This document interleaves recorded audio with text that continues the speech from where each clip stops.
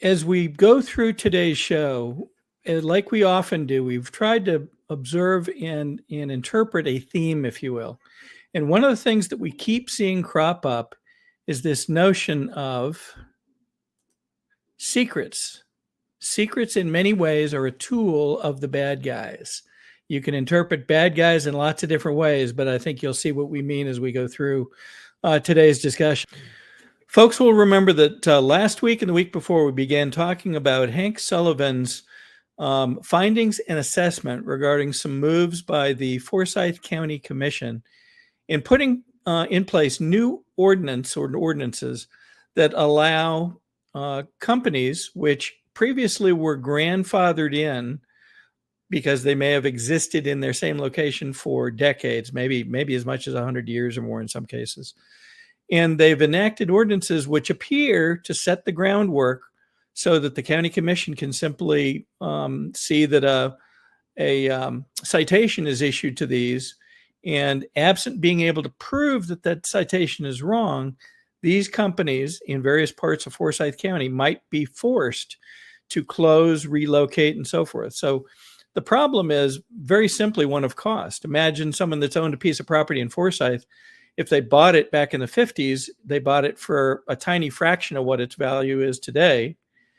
And notably, it's a tiny fraction of maybe the tax that it might generate today that would benefit the county. And so why would these folks be putting in place new rules that might allow them to get rid of some of these or overcome some of these grandfathering clauses? What happened following that was very interesting.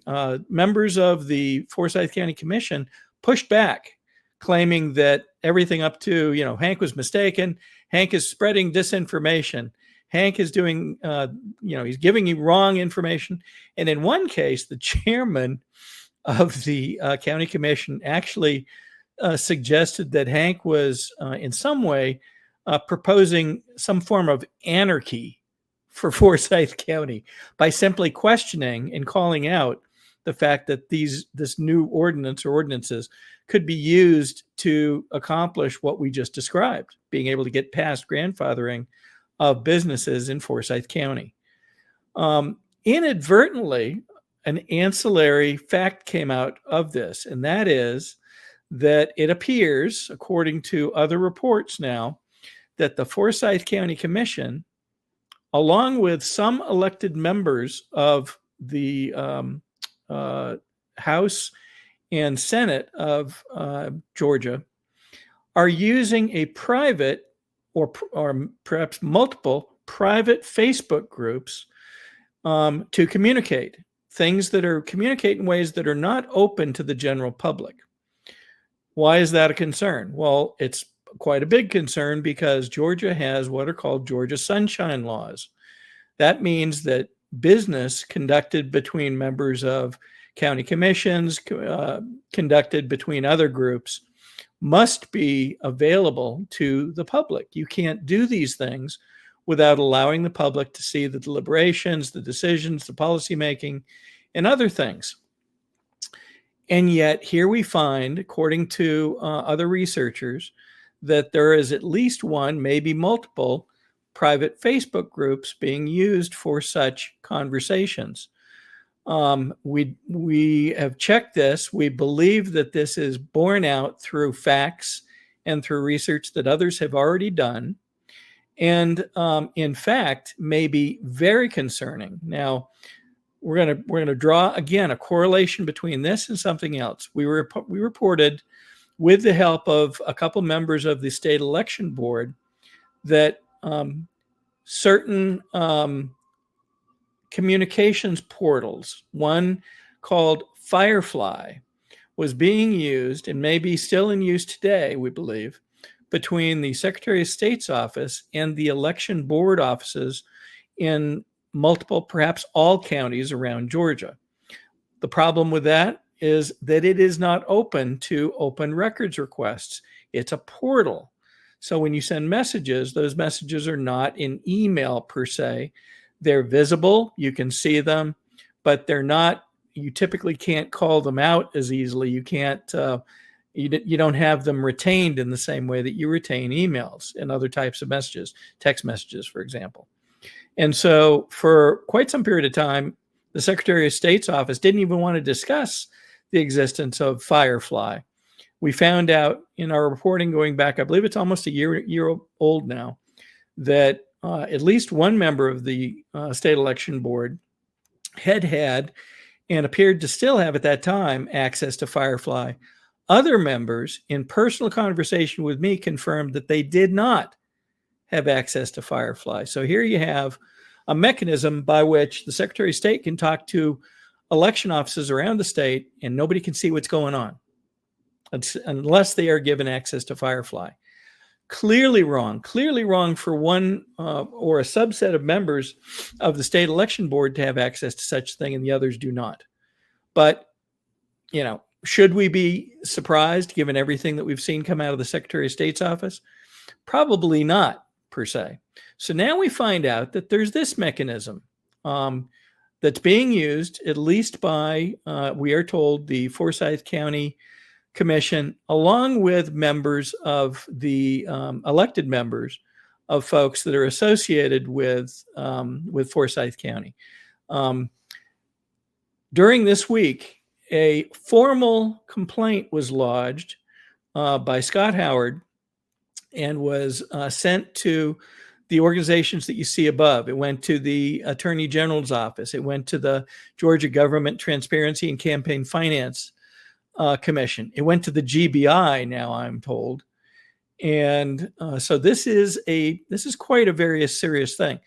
Part of the reason that this got filed is because Mr. Howard reportedly issued open records requests surrounding this type of communication and received a reply which attempted or appeared to attempt to avoid even disclosure of this communication or this type of communication. I don't want to go too far into the details of that because that's now subject to a formal investigation, but understand violation of the Georgia Sunshine rules and laws are indeed, they can be deemed crimes. And so here's an explanation. Georgia Sunshine laws are comprised of the Open Meetings Act, the Open Records Act, which grant the public the right to access government records and observe government meetings. Key aspects include that final votes must happen in public, agencies must respond to requests promptly, and records can be requested from state and local government entities as well as certain nonprofits. While public access is broad, the laws do contain limited exceptions for things like personal information and certain investigative records. That only makes sense if there's an open investigation. That does not seem to cover, are you communicating in private when you should be making such communications public?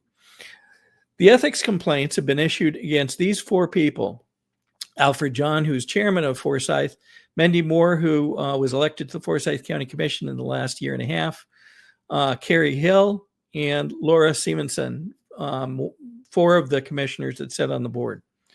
Where this is going to go next, we don't know, but it is fascinating to watch. Notably, some of the other members, notably Greg Dolezal, was also named in this as an affiliated party somehow. And Valdez, who sits on the school board, was one of the other people named in, as an affiliated party in these complaints. Man, oh man. So where we're going to go next, we don't know, but it shows that when you press on the right pinpoint, when Hank started talking about their overreach apparently into grandfathered companies, they apparently tried to decide, well, how are we going to push back, and had conversations, it appears, without the public being involved. This isn't kosher, and it's not kosher for those reasons right there. Which means that the agenda is likely nefarious if they're trying to, they're trying to do whatever they're trying to do with the zoning. There's an agenda there. It's not just for the good of the county. Well, it certainly opens that question. Now, here's something to consider, and we won't draw any conclusions about this, but understand penalties for violating Georgia's Sunshine laws include fines up to $1,000 for a first offense, with repeat violations within 1 year subject to a fine of up to $2,500 per violation. Could a court call every message that was sent a violation? Don't know. That's up to the court, I suppose. Violations can be a misdemeanor, meaning they are a crime punishable by a fine, and the Attorney General can bring civil or criminal actions against violators. Now, consider this. They should already know this, right? They should know that they're subject to the Open Records and Open Meetings Acts. They should know that doing these things without public scrutiny is potentially a crime. Imagine, and we're not saying that there have been, but imagine if discussions were had about how to avoid this becoming known. Very, very interesting. So again, we're concerned heavily about Forsyth County. We've talked about it in the past. Notably, several of these people were involved when Joel Nett was being questioned, and the GOP in Forsyth County issued documents saying that they did not approve his nomination. And that county commission, not exactly the same people, but two of the ones that are now under complaint, made the decision to not accept a properly legally asserted nomination.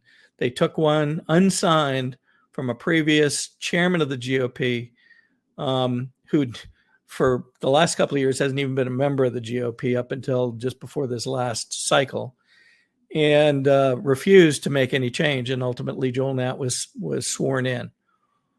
Why so many odd things in Forsyth County? Boy, oh boy.